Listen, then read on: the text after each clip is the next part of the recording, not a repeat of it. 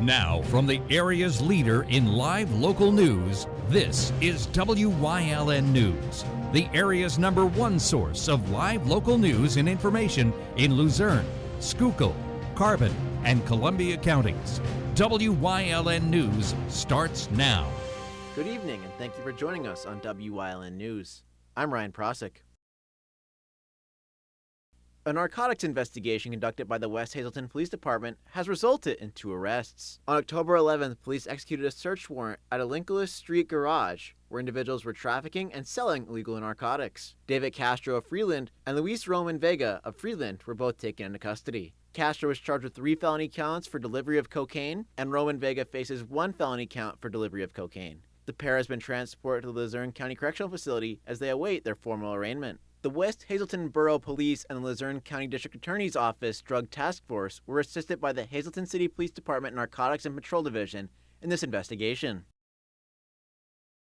An early Wednesday morning stabbing in Shenandoah sent 1 person to the hospital. According to court papers, officers were dispatched to 110 North Main Street for a reported stabbing, where officers arrived at the address to find the caller and victim outside. The caller told police that 18-year-old Bryce Beaver and the victim were fighting in the hallway of the residence, and that the caller then pulled the victim from the house. When the caller got the victim outside, she discovered that he was bleeding and found 3 small lacerations, one on his hip, another near his ribcage, and the last one near his navel area. When EMS arrived on scene, they said the wounds were about a ½ an inch in size, and that the wound on the ribcage was deep. The victim was transported by EMS to the Shenandoah helipad and flown to an area hospital. Beaver was charged with aggravated assault, simple assault, harassment, and recklessly endangering another person. Beaver is currently behind bars of the Schuylkill County Prison on $50,000 straight cash bail.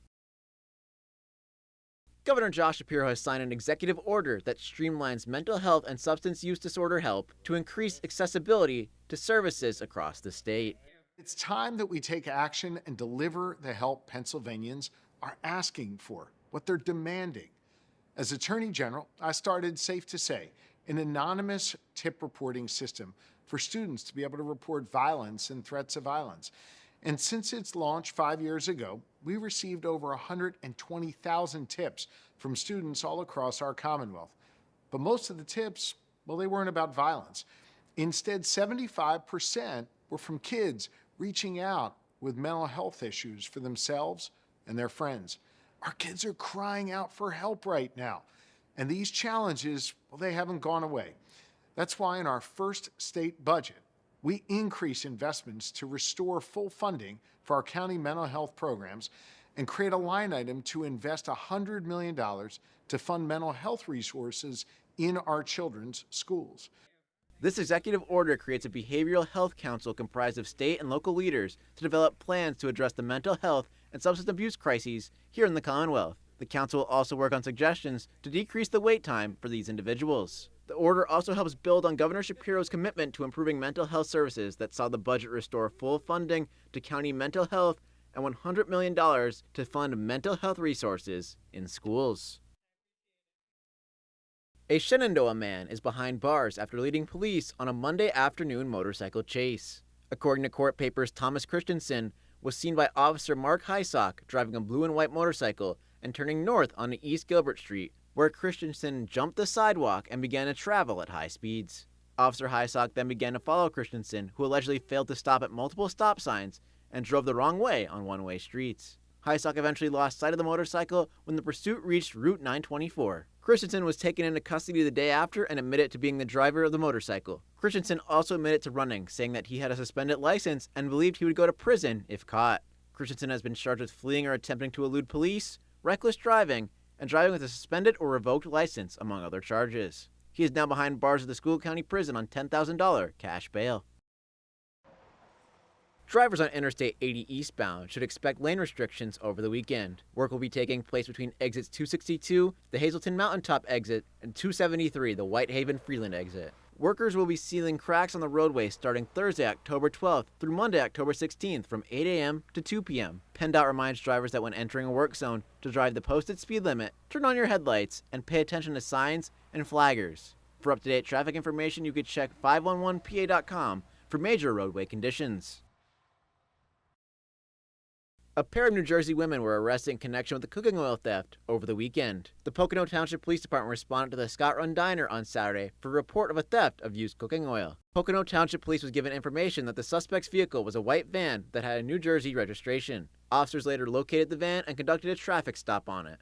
The driver, 23-year-old Juliana Perez Sanchez, and occupant, 40-year-old Aranelli Sanchez Condi, were both taken into custody on theft-related charges. Coming up on Wyln News, the 45th annual telethon for the American Cancer Society Greater Hazleton Unit is right around the corner. Plus, some new faces join the Downtown Hazleton Alliance for Progress. But first, take a look at our 5-day forecast brought to you by the Wyln Weather Kids. We'll be right back.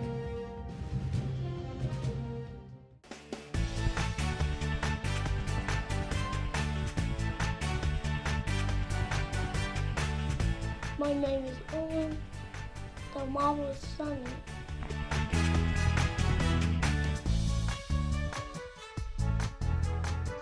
Weather Kids is brought to you by Lehigh Valley Hospital, Hazleton. Your health deserves a partner.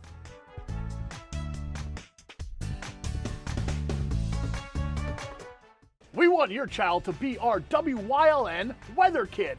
Your child can be our feature weather reporter of the day on WYLN News and WYLN social media posts just by using your smartphone or any video recording device. It's easy. All ages are welcome, from toddlers to teens. To find out how, go to the weather section of WYLNTV.com or look for our post about it on the WYLN News Facebook page. Submit your Weather Kid video today. SJ Kowalski is your Mitsubishi Diamond contractor. They can install a Mitsubishi electric Mr. Slim ductless heating and cooling system. Mr. Slim systems are designed to make any living space in your home inviting. You can have a different temperature control for every room in your home. The money-saving technology can save you 25 to 50% on your heating bill. For Mitsubishi, Rinnai, and trained comfort specialist, call SJ Kowalski at 570-455-2600. There's no better place to shoot than Whitetail Preserve. Their skeet, trap, and sporting clay fields are professionally designed, and all stations are handicap accessible. Whitetail Preserve has resident shooting instructors certified by the NRA in shotgun, rifle, pistol, home safety, and personal protection in the home. Whitetail can also cater any size event, whether it be a private party, corporate event, or wedding. Call 570-384-2314 for more information. High school football is back on WYLN TV 35. You can always count on WYLN for all the action, not just the highlights. This week, the Wyoming Valley West Spartans travel to Harmon-Guy Stadium to take on the Hazleton area Cougars. Kickoff is at 7 p.m. with Marty Burns, Joe DeMelfi, Mike Sosar, and the WYLN sports crew. Over the air on 35.1 in Hazleton, 47.1 in Berwick and Bloomsburg, Service Electric Cable Channels 7 and 507, and online at WYLNTV.com. Welcome back to WYLN News. The American Cancer Society Telethon in Hazleton is right around the corner. We spoke with Telethon co-chair Jane Darty for all the details. Hi, I'm Jane Darty, reminding you that the 45th Annual American Cancer Society Telethon is coming. Watch us here live on WYLN TV or visit us in person at the Pennsylvania Theater of Performing Arts in downtown Hazleton, Saturday, November 18th from 11 a.m. to 11 p.m. Let's kick cancer to the curb. The telethon will feature entertainment, children's art, and survivor stories, and it will all be broadcast live on WYLN. To make a pledge or donate to the American Cancer Society, you could call 570-459-1212.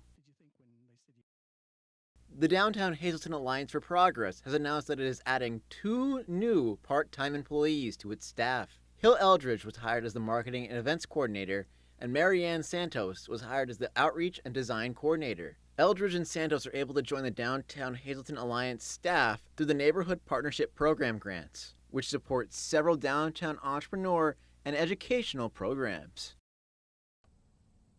The Giant Company has announced it is donating $20,000 to support agriculture programs in honor of National Farmers Day. As part of this donation, they are partnering with the Pennsylvania FFA Foundation, along with the FFA foundations in other states, to support more than 5,000 agricultural education students through leadership conferences and programming. National Farmers Day is celebrated on October 12th and recognizes the importance of farmers and how they bring food from the farm to tables across America. To learn more about the Giant Company's commitment to local agriculture, you can visit their website at go.giantfoodstores.com.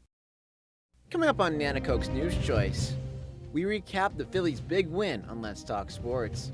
Plus, Chris Fulmer leads us down the path through history with Frackville, Part 1. So stay right here because we'll be right back on WYLN TV. Lehigh Valley Topper Cancer Institute brings the next level of cancer care to the greater Hazleton region. The new cancer center on the campus of Lehigh Valley Hospital Hazleton is now open and offers an advanced radiation therapy program, an expanded infusion suite with private treatment rooms, and the latest telemedicine technologies. The Cancer Center at LVH Hazleton, offering world-class cancer care closer to home. To learn more, visit lvhn.org/Hazleton Cancer Center.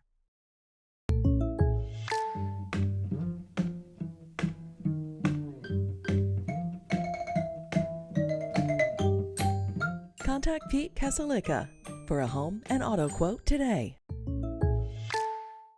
F&L Doors, your trusted overhead door supplier. For over 50 years, providing quality products and service to Eastern PA and beyond with 2 strategic locations. They carry top brand manufacturers and guarantee parts and service for your home or business. From new construction to replacement doors, inspections and service calls. F&L Doors stands behind every job, taking pride in the work they do. Call 800-344-DOOR. Visit F&L Doors online at fldoors.com or visit their showrooms in Hazel Township and Schuylkill Haven. Your guide to everything Pocono Mountains is PTN, the Pocono Television Network.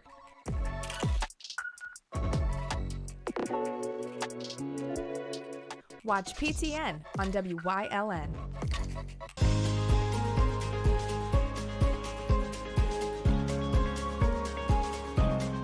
Hello, I'm WYLN historian Chris Fulmer. Pennsylvania's communities are filled with interesting history. Come with me as we discover the people, events, industries, and other historic facets of local towns.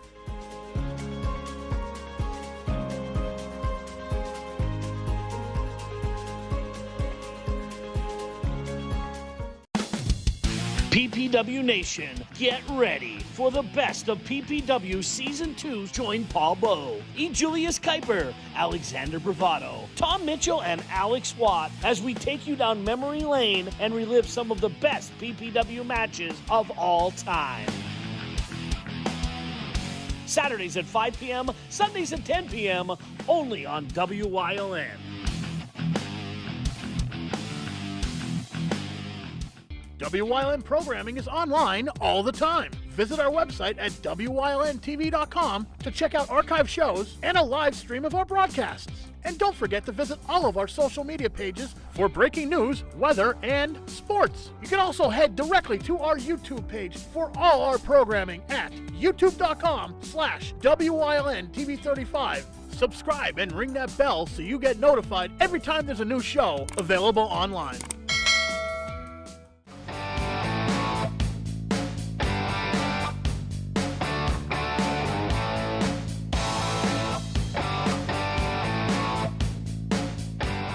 Welcome back to a Thursday edition of Let's Talk Sports, and you know what we're starting with. The Philadelphia Phillies won big last night against the Atlanta Braves 10-2, courtesy of the long ball and courtesy of Orlando Arcia, who made Bryce Harper not too happy about that locker room comment, which after the game, the Braves weren't too happy about that getting out there, but if you're not happy about it getting out there, why say it at all? It was a mistake, and certainly proved that as Bryce Harper hit 2 home runs, and then that big 3-run shot. His first one was changed the course of the game, swung all the momentum back to Philly after Aaron Nola let up that 1 run. But Nick Castellanos did start off that inning with a home run of his own, which he also had 2. So incredible night for the Phillies bats, and I can't forget about JT Realmuto with his RBI double, and then Brandon Marsh and Trey Turner with home runs of their own. Everyone in this Phillies lineup was hitting last night, and the big news coming into tonight is Spencer Strider enters the bank. And I don't know if you're familiar with the TikTok that was filmed early in the pandemic, but it's not going to look good for him tonight if that's true. He says fans should not be at the games. They should be far away from the games as possible. I don't know if it was a joke or not, but it doesn't matter if it was a joke or not to the Philadelphia crowd because they're going to come out in force. There were signs out there last night, and there was a "We Want Strider" chant in the 8th inning. These fans want him. It's different than what Orlando Arcia did to Bryce Harper. That's a team versus team thing. This is the fans getting involved. So there's no real comparison there. I saw that on Twitter last night that people are kind of making comparisons to that. But it's totally different when a fan base does it compared to an actual player that you're playing against. But I do have to say that stare down both times, not just the first time, but the first 2 times, Bryce Harper, he stared Arcia down as he rounded second. He meant business. He wasn't there for fun and games last night. He was there to win the ball game, and that he did. We also have to mention that Aaron Nola pitched quite a gem. He did have a little trouble in the second inning, but he gave up a run and got out of it, and besides that, it was an absolute gem from Aaron Nola. It is Ranger Suarez versus Spencer Strider on the mound tonight, and if the Phillies get it done, they're on to the NLCS, which if the bats keep it going like Trey Marsh, Castellanos, and Harper did last night, they'll be in the NLCS against the Diamondbacks, who won 4-2 thanks to 4 solo home runs in an inning. Unbelievable story. They won 3-0, and then they jumped in the pool that they have out there in right field. It was such a fun celebration, but it feels like we might have a matchup between 2 teams of destiny, the Arizona Diamondbacks and the Philadelphia Phillies. But the Phillies still have work to do, and I'm not going to get too far ahead of myself, but I think it'd be a pretty cool matchup. The Diamondbacks were one of the teams that I said at the beginning of the postseason where I was not too afraid to face them. They were in the middle between the Cubs and the Marlins, but looks like they're going to be the last thing standing in either the Phillies or the Braves' way to make it to the World Series. And just a moment to touch on the Dodgers. Incredibly disappointing season to be one of the top teams in the NL, get the bye, and then not win a game in the postseason, especially with the first 2 being on your home field. It's just they're gonna investigate this whole playoff format thing because it looks like it's either only 2 teams or just 1 team to survive the divisional round that got them by. So interesting there, and congrats to the Diamondbacks. Absolutely incredible. I didn't see them getting this far, let alone out of the wild card round against the Brewers. They absolutely annihilated them, and they didn't spare the Dodgers either. The Dodgers hitters did not show up, and the Dodgers pitching didn't show up either with Clayton Kershaw. After that first inning, it kind of had the feel to it, but hey, that's what it is. But Phillies Braves tonight, we're sure to recap that tomorrow as well as Thursday Night Football. But first, I want to confirm a report that I had yesterday. I was speculating the Khamzat Chimaev versus Kamaru Usman fight, and they're both moving up in weight to 185, and we're going to get it next Saturday in the co-main event, 3 rounds. I'm excited. Like I said, I'll give that fight a more in-depth preview when we get closer, likely next Friday, honestly. I'll preview that in the main event and a stat card, of course, because, like I said, that's what they do. But little Thursday night action tonight. We have the Denver Broncos and the Kansas City Chiefs. And it looks like Travis Kelce will officially be playing in tonight's game. So great news for the Chiefs. Denver is huge underdogs. I don't know about how I'm feeling about Denver. I said it before. Don't trade a first-round pick for a coach.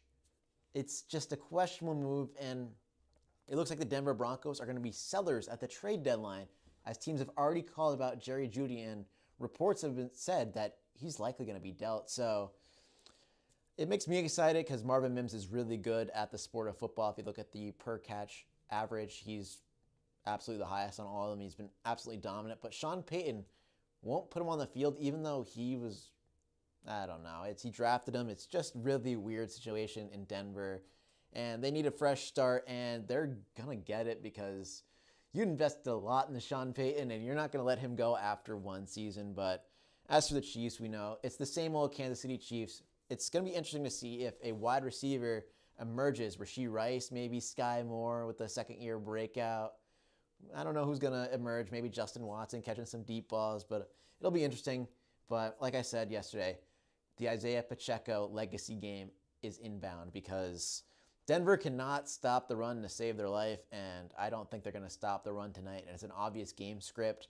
for Kansas City and Pacheco to go off, as they'll be heavy favorites in this Thursday night matchup. But that does it for Let's Talk Sports, and we hope we get a Phillies win, because I'll be very happy on this segment tomorrow if we do, but we'll still have a lot to talk about. But that does it for this edition of Let's Talk Sports. We'll see you right back here tomorrow.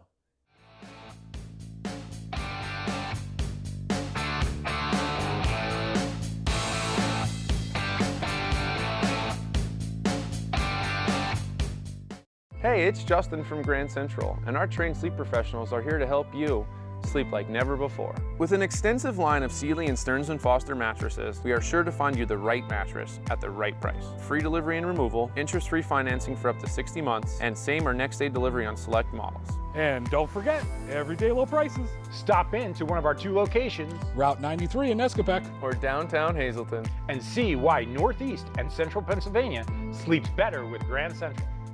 F&L Doors, your trusted overhead door supplier, for over 50 years providing quality products and service to Eastern PA and beyond with 2 strategic locations. They carry top brand manufacturers and guarantee parts and service for your home or business. From new construction to replacement doors, inspections and service calls, F&L Doors stands behind every job, taking pride in the work they do. Call 800-344-DOOR, visit F&L Doors online at fldoors.com, or visit their showrooms in Hazel Township and Schuylkill Haven.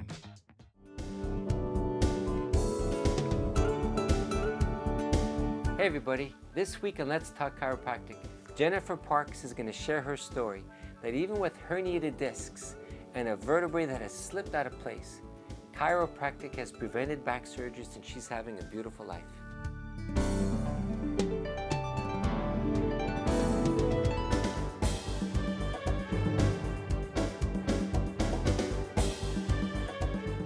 There's no better place to shoot than Whitetail Preserve. Their skeet, trap, and sporting clay fields are professionally designed, and all stations are handicap accessible. Whitetail Preserve has resident shooting instructors certified by the NRA in shotgun, rifle, pistol, home safety, and personal protection in the home. Whitetail can also cater any size event, whether it be a private party, corporate event, or wedding. Call 570-384-2314 for more information.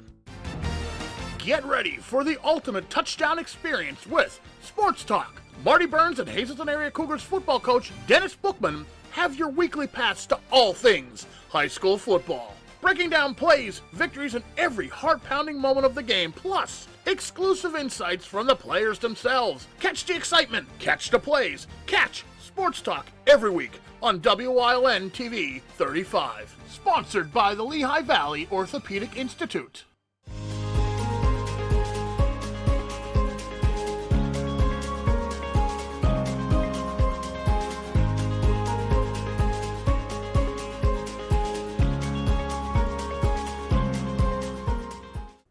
For well into the 19th century, Broad Mountain in northern Schuylkill County was largely devoid of inhabitants.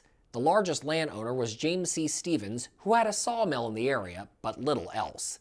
This would change beginning in 1849, when Stevens sold 166 acres of land to Daniel Frack. The son of a former Hessian mercenary that had fought against the colonists during the Revolution, Frack had come of age near present-day Ironton, Lehigh County, where he had gotten into the hotel business. Frack had come to Schuylkill County in 1832 when he opened a hotel in St. Clair, which he would operate for 20 years. By 1836, he branched out, operating a powder mill with partner Michael Seltzer and a colliery at Wadesville with Daniel Schaefer and Frederick Fry. 3 years after he had purchased land from Stevens, Frack came to live on the land. He converted Stevens' sawmill into a hotel and started laying out lots for settlers. Its fledgling community would soon have the name Frackville.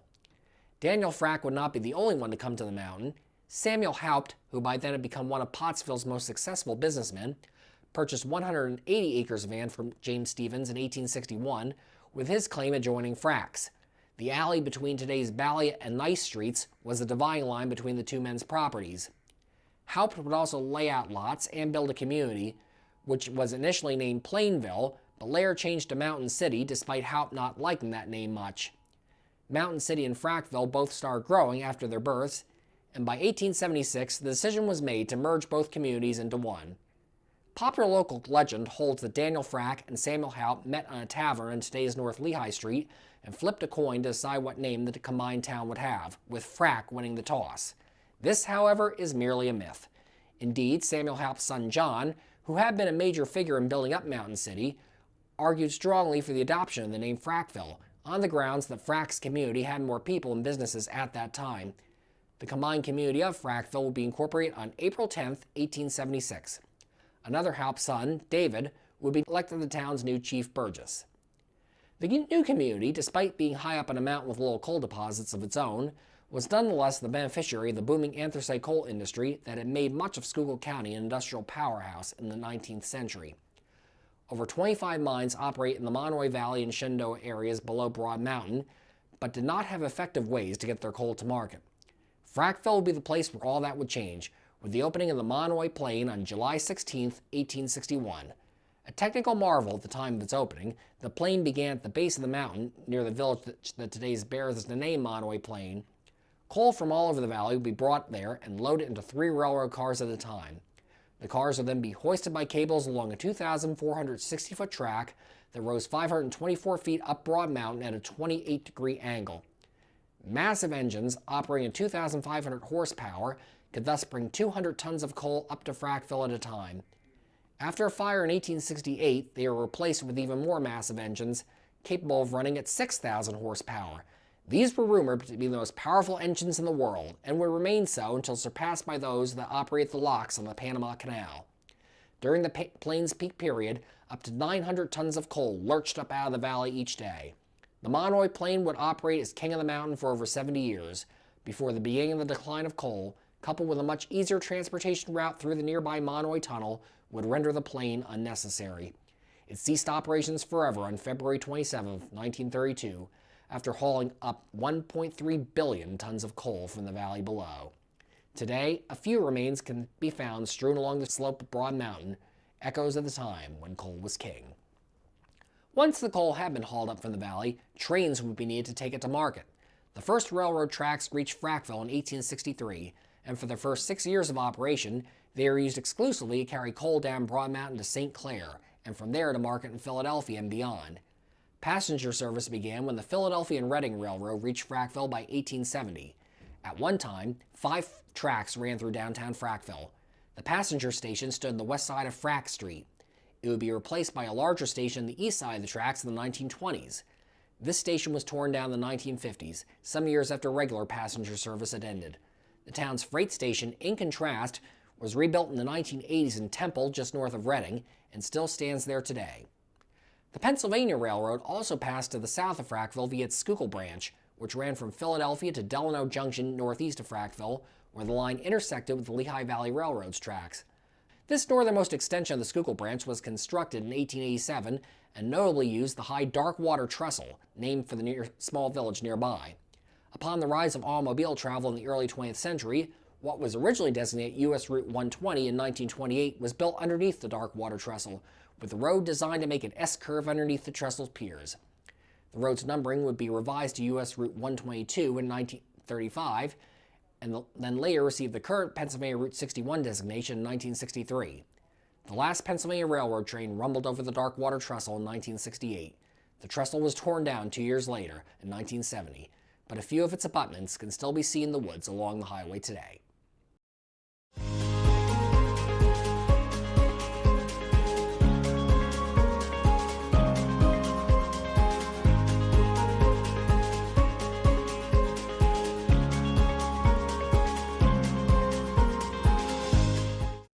And that does it for the news.